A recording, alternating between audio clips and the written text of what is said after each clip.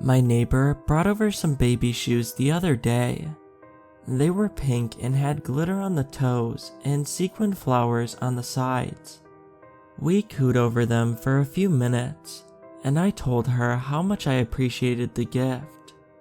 After she left, I threw them in the bedroom closet with all the other baby junk I've been given over the past 6 months.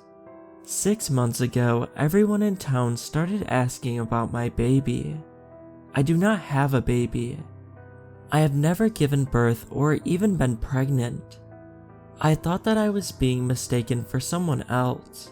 I'm not particularly unique looking. Maybe some other short, dark-haired, and hazel-eyed girl gave birth recently. But I am shy by nature and southern by birth. So I was too polite to say, "You're wrong. You have the wrong person. I don't have a baby." I said things like, oh, okay. Mostly because it must have been a case of mistaken identity. People brought over baby clothes, a crib, a swing that plugs into the wall and jiggles, toys and shoes and diapers. A very weird situation to be in for sure. But then, to put it plainly, things got weirder. I was in the grocery store and the manager, a friendly older man, came up to me and asked about my sweet little girl. He asked if she liked the different formula he had suggested, and if I wanted more. I just smiled. When I got home, I found formula in my grocery bags, and an almost empty can in my cabinet. I don't even remember putting it in my cart. The thing is, everyone has been so nice to me, and the situation is just so odd that I started to go along with it. "How's the little darling doing today?" a neighbor would ask when I went to get the mail. "Oh, she's wonderful, sleeping through the night," I'd answer. Then a young woman that got coffee at the same place as me asked about a playdate with her 9-month-old and my then 5-month-old. I sort of blew it off. The next time I saw her though, she talked about setting up another playdate and how much fun our 2 darlings had. She showed me a picture on her phone. "Aren't they just precious in this picture? Your little girl has the most beautiful blue eyes. Her dress really makes them pop. I'll text this to you." I looked at the picture and saw a chubby baby in a red shirt and blue shorts. It had dark hair and dark eyes. It was the only baby in the picture. I went home and opened my bedroom closet, full of baby junk. I pulled out teddy bears and an unopened box with a changing table in it. I pulled out a shopping bag with new baby clothes. I dumped it out on my bed and looked through them. I found a light blue dress. A few weeks ago, I decided to call my mom. "Hello?" she answered. "Mom, it's me," I said. "Oh, Pearl, hi." "How are you?" I asked. "We don't talk often." "I'm good, we're all good out here." She paused, then asked, "How are you two doing?" "Us two?" I asked hesitantly. "Now don't act like that. I know I haven't been in touch much, but I do care about you and my grandbaby," she said sourly. "I know, Mom. Oh, she's crying. I gotta go." I lied. "Give Holly my love," she said, and then hung up before I did. The funny thing is, Breakfast at Tiffany's has been my favorite movie since I was a kid. I'd always thought Holly would be a great name for a kid I would eventually have. I went into my room to put my phone down after my short conversation with my mom.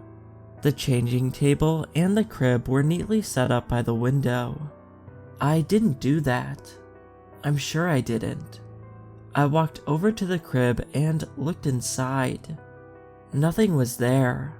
I walked over to the changing table, then took a step back when I bumped my shin against one of the legs, because I remembered that I had done that before. I looked down and saw a bruise on my shin. I know I hid it against the changing table, but I also know that they weren't in here before. I know it. "How's Holly today?" my neighbor across the street asked. We were both out grabbing our mail. "She's good, happy as ever," I said. "I heard her screaming up a storm when you came home last night. I'd be surprised if you were able to get her to bed at all." "Once she lays down, it doesn't take too long," I replied. I went inside and looked through my mail. A bunch of junk, a few red envelopes. I put everything down on the kitchen counter and opened a cabinet to get out a cup. I heard some noises coming from my room.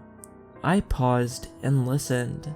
I didn't hear anything for a minute, so I grabbed the cup and got some water from the sink.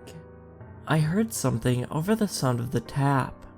Holly must be awake. I went into my room and looked down in the crib. Holly's stuffed elephant was in the crib. I reached down and picked it up. It was cute, no wonder someone got it for Holly. I put the elephant back down in the crib and brought the cup to my mouth to take a sip. I realized I was holding a baby bottle. Mom brain, I thought. Where did I put my cup down? But then, I saw I was holding my cup. And I'm not a mom. What the hell was I just thinking? I looked back over at the crib. Why do I still have this crap in my room? I kicked the crib. Then I kicked it again. Then again until the wood began to splinter. I pushed the changing table over on its side. I opened my closet and shoved in the pieces of the crib and any other baby-related item I could find. I slammed the door closed. I can't keep this charade up, I decided. I can't go along with this nonsense anymore. I went to get coffee this morning. I was so tired. I felt like I hadn't slept all night. The barista smiled at me. "Your kid keep you up?" she asked. "No," I said firmly. Her smile wavered. I sat down at a table to drink my coffee. Some woman walked up to me. She asked how I was doing. How my daughter was doing. "I'm fine," I answered and left it at that. She sat down at the table and in a hushed and concerned voice, she asked me if I was experiencing any depression. She said that new mothers often feel like this. "I'm not a new mother," I said. A man came in and walked quickly up to the table. He bent down and whispered something in my ear. It didn't register at first. "What?" I asked.